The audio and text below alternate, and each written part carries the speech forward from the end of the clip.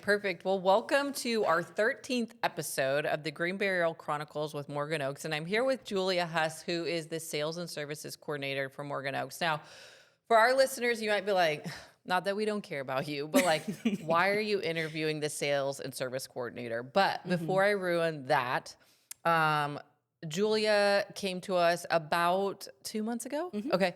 And she has some pretty cool death care industry experience. And so my vision for this podcast is for those of you listening and just like want to know, like, how does somebody just decide one day, you know what I want to do? Death care. And then when they do decide that, it's like, cool. So where do I go to study death? Yeah. So we're going to get into that. But Julia, before I go down that path with you, I would love to know a little bit about you. I know it'd be good for the listeners to know about you. Things like, I think it's important. I mean, I was told you never ask a woman her age, but I think it's important that they know your age. Yeah. Because for a young person to say, you know what I want to do? Death care is not normal in this industry, right? It's an industry where its families have dropped down and said, this is what you're going to do.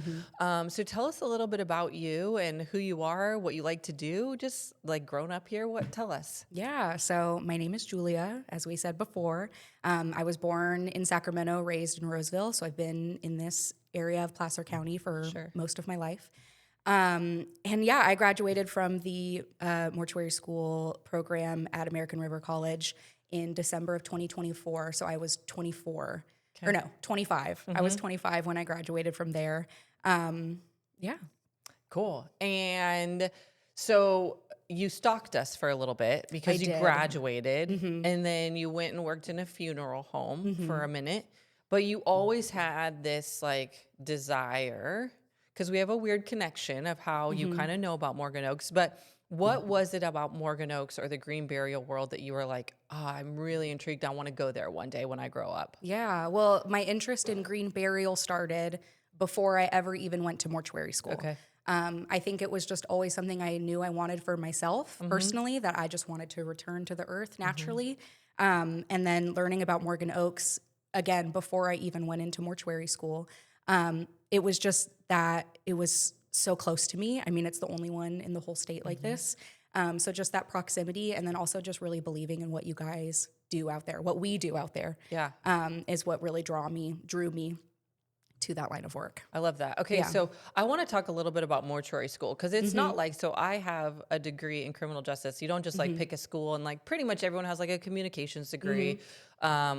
It's hard to find a mortuary school. Yeah. So talk to me a little bit about the mortuary program at American River College, which is in Carmichael. Yes. Yeah. So that mortuary program is only one of two in the entire state of California. Wow. So there's one at American River and there's one down in Los Angeles.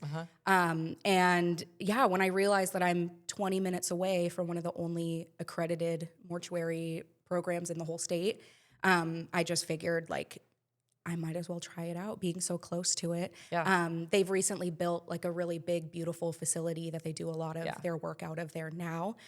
When I was going at the time, it was being built. So of course, right after I left was when it came to fruition. But it's a really wonderful program, wonderful professors, wonderful experiences that I had there. I met a lot of young people like me entering the industry. So I'm really grateful that I had that opportunity to go and learn there and just get a little bit of experience before being pushed into the real world and experiencing what that is like as well. Yeah, So, to think that that's in our backyard. Yeah. And I know for a lot of people, it again isn't something that you're like, oh, I want to go to mortuary school. But to know it's at American River College, which is a junior college here in our really area. accessible. I didn't know that. Yeah. How long is the program? The program, they have two different versions. So there's a 2-year program and there's a 1-year program. Okay. They're the same program. I think the 1 year is just, more condensed, so you get to do more quickly. I personally went through the 1-year program, which everybody said that was crazy. It's too much work. But honestly, I found the workload to be really like doable. It also kind of depends, if you're going to be working part-time at the same time. But the 1-year program is what I did, and it really worked for me. Okay, so talk to me about this schooling. It's probably, I think of like, this is so silly. The listeners are like, you're so silly. But I think of it as like esthetician school, where you kind of learn a broad knowledge of things, and then you probably pick like, what is my thing I want to avenue. do. Yeah. So do you learn everything? A little bit of everything. Obviously there's only so much you can fit into like one curriculum program. But I think they did a lot of different areas of the industry. One of the things I think that they really focused on is getting people prepared to take those national and state board exams. So that was like the number one thing that I received from this program was all of that knowledge, where to seek out that knowledge when you're studying for these exams, because you know, those exams are really your ticket into the industry. So that was wonderful. And yeah, they taught, you know, they had counseling classes where they would set up like fake arrangements with families where you would sit down and go through these, you know, scenarios of what it could be like sitting in the arrangement room, writing contracts with people. We had embalming classes. So I went in and did embalmings in order to graduate from the program. I knew early on I didn't want to necessarily go into the embalming, but I learned so much from learning that side of the industry. Industry, excuse me. And they went over cosmetics and restoration. So if someone, you know, has something going on with their face that they need fixed before some sort of viewing, like they taught us how to basically create like a whole human ear out of modeling wax and like just all these different things. And then of course, you know, like the merchandise side of things, you know, funeral home management. So it was a little bit of everything.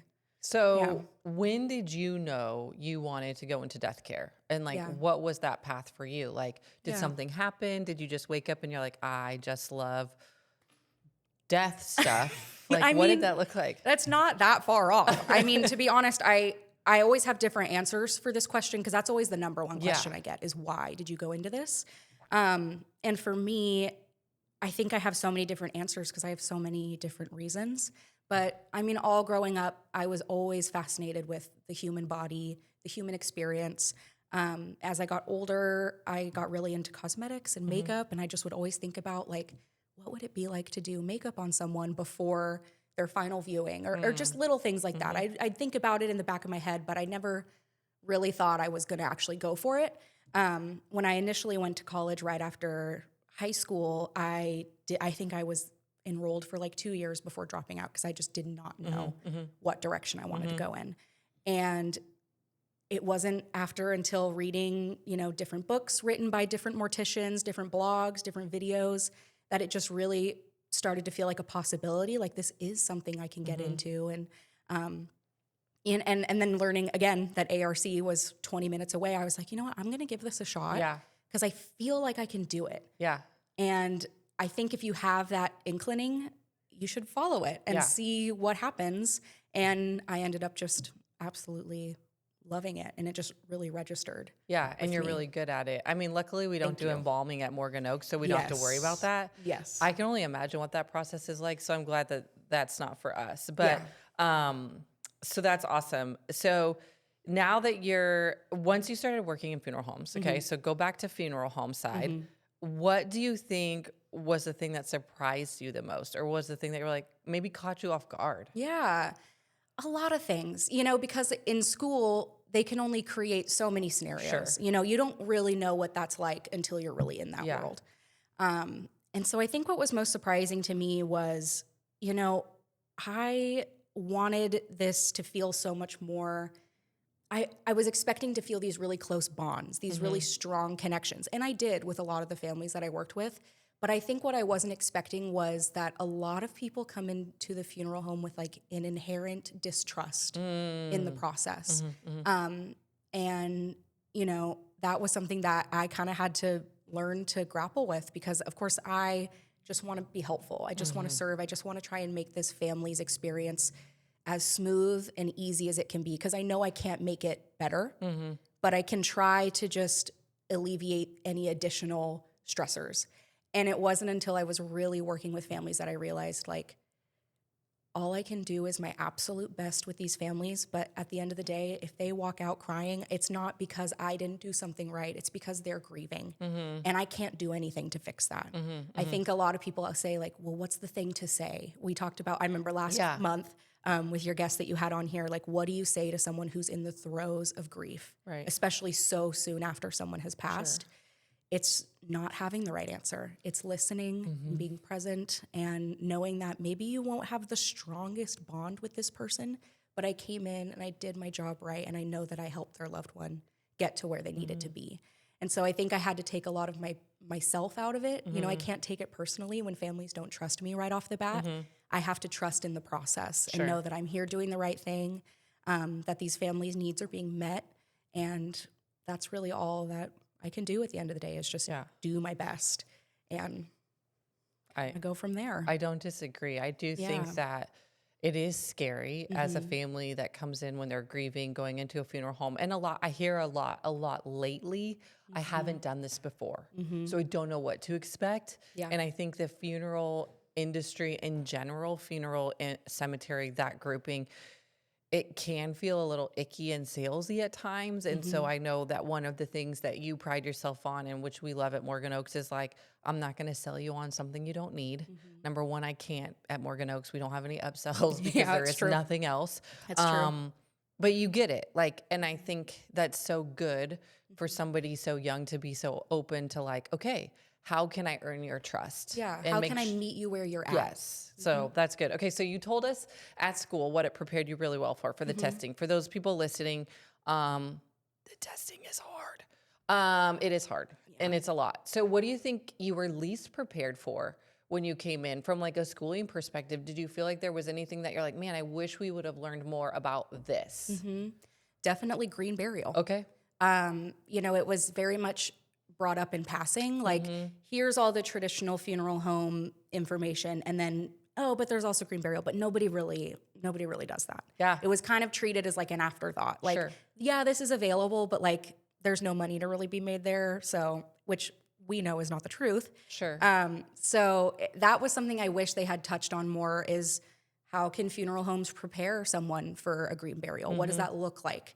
You know, what materials are allowed versus not allowed? What does shrouding look like? You know, there's different types of shrouds for different faiths and different, you know, religious groups. And so I think just touching on little things like that. We did go over a lot of religious groups in mortuary school, which I thought was wonderful. They would bring in folks from the LDS church or a Muslim church, or, you know, just different faiths to kind of show what what their funeral rites look like, which I loved. But I think we could have done more to talk about green burial and just what that looks like and what that option looks like. It's an evolving thing, right? Like, I don't think until Morgan Oaks came into play, I don't really believe that it was something that was really talked about. I mean, my listeners might disagree because I've been researching it forever, but I don't know that it was as discussed. And so I think for a lot of schools and a lot of funeral homes, it's like, oh yeah, when someone asks about it, we'll deal with it then.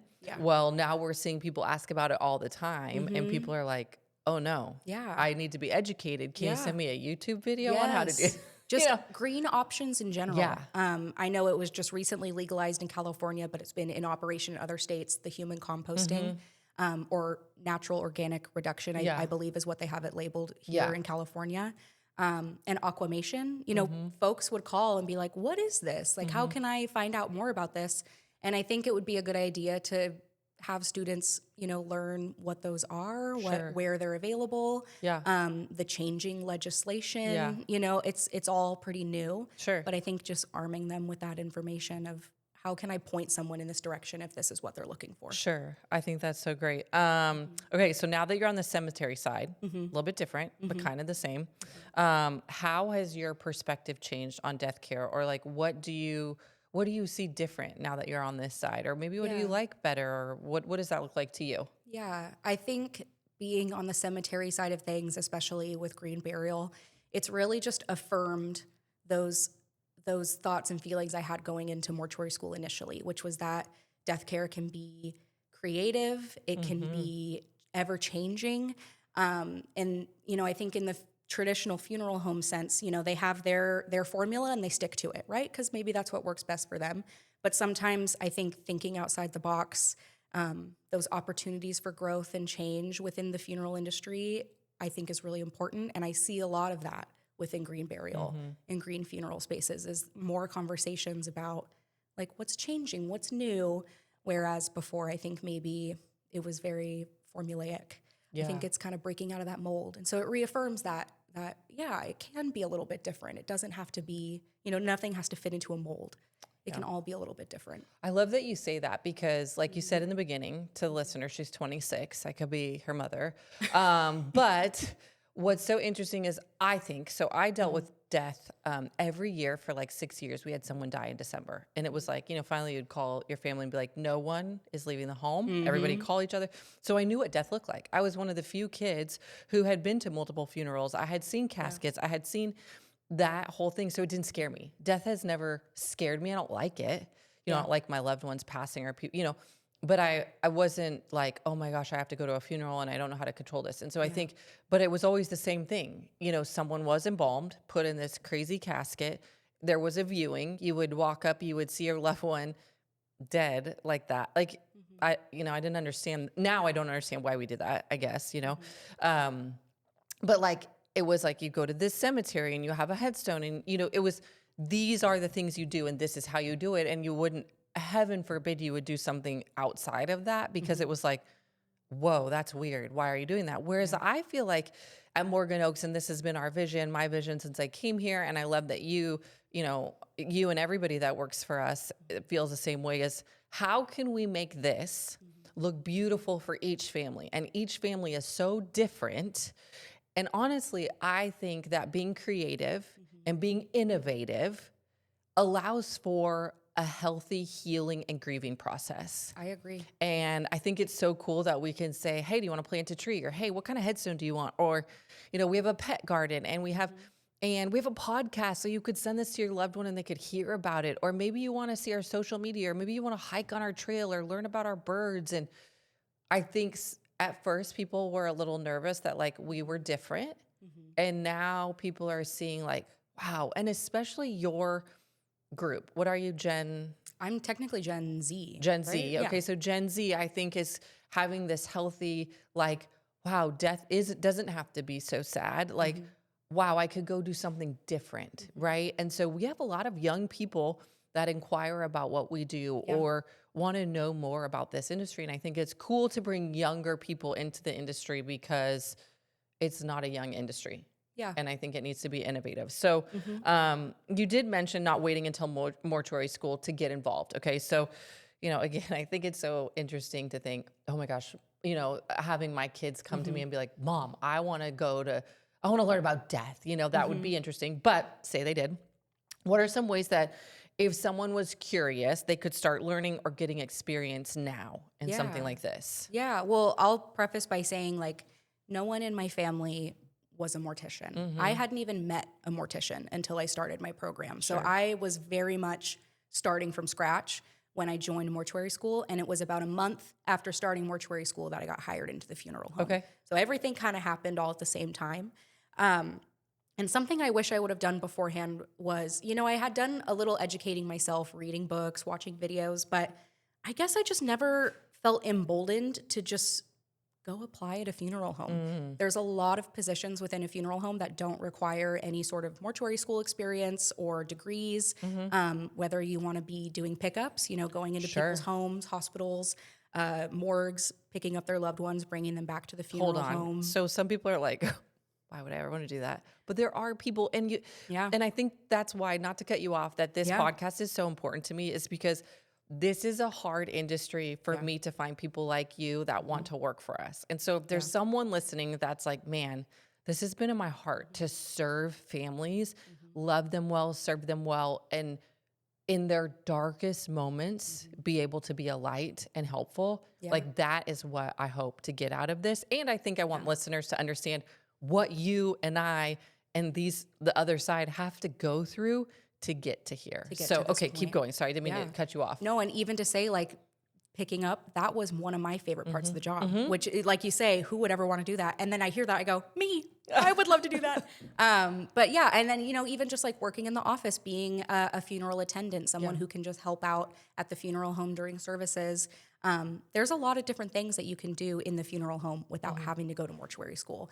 And I wish I had started at a funeral home before, just so I could get some real life experience before going into school. And then, whereas I had the opposite experience, which was schooling and then real world experience. It would have been nice to have that going into it. And I don't think I knew that was an available option for me. And so that's one thing I wish I had done was just start working at a funeral home before. Yeah.